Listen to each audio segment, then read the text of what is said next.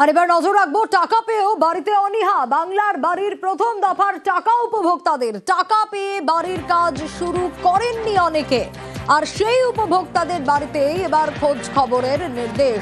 আরো বিস্তারিত এই বিষয়ে জানাতে পারবে সোমরাজ, রয়েছেন আমার সঙ্গে। সোমরাজ, কি কারণ টাকা পেয়ে যাওয়ার পরেও এখনো অনেকে কাজ শুরু না করার? কি নির্দেশ এলো এবার? দেখো, কি কারণ সেটা স্পষ্ট না হলেও দেখা যাচ্ছে যে বাংলার বাড়ির প্রথম পর্যায়ে 1,20,000 টাকা পেয়েও একাধিক উপভোক্তা তারা বাড়ি তৈরি করলেন না, এবং সেই সংখ্যাটা প্রায় 5,000-এরও বেশি। শুধু তাই নয়, দেখা যাচ্ছে গোটা রাজ্য জুড়ে বাড়ির টাকা পেয়েও বাড়ি তৈরির কাজ শেষ করেনি সেই সংখ্যাটা হচ্ছে প্রায় 3,70,000। এবং তার মধ্যে দেখা যাচ্ছে সব থেকে বেশি উত্তর চব্বিশ পরগনায়, যেখানে 47,000 উপভোক্তা তারা বাড়ির টাকা পেয়ে গেছেন কিন্তু কাজ সম্পন্ন করেননি। দক্ষিণ চব্বিশ পরগনায় 46,000, মুর্শিদাবাদে 39,000 এবং কোচবিহারে 29,000। এই 4 জেলার পারফরমেন্সে অত্যন্ত অসন্তুষ্ট নবান্ন।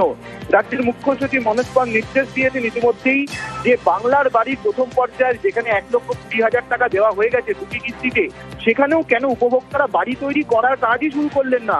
তাদের বাড়িতে বাড়িতে দেওয়ার নির্দেশ দিয়েছেন মুখ্য সচিব মনোজ পাল জেলা শাসকদের।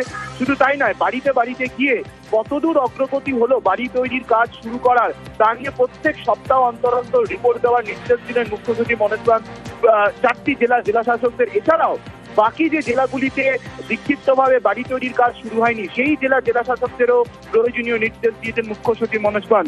শুধু তাই নয়, এখনো পর্যন্ত যেটা দেখা যাচ্ছে প্রায় 3,70,000 বাড়ি তৈরির কাজ শেষ হয়নি। প্রথম পর্যায়ে যে রাজ্য সরকার 1,20,000 টাকা করে দিয়েছে বাংলার বাড়ির জন্য, সেখানেও যাতে কাজগুলি দ্রুত শেষ করা যায় তার জন্য নজরদারি করার নির্দেশ মুখ্য সচিব দিয়েছেন বলেই সূত্র মারফত জানা যাচ্ছে।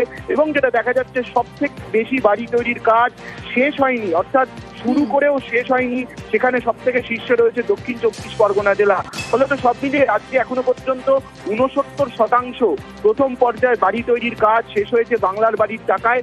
এটা গড়, অর্থাৎ প্রত্যেকটি জেলা মিলিয়ে যে গড়ের সংখ্যা আসছে, কিন্তু সেখানেও দেখা যাচ্ছে দক্ষিণ চব্বিশ পরগনা জেলার পারফরমেন্স অত্যন্ত খারাপ, আর তা নিয়েই মুখ্য সচিব প্রয়োজনীয় নির্দেশ দিয়েছেন জেলা শাসক।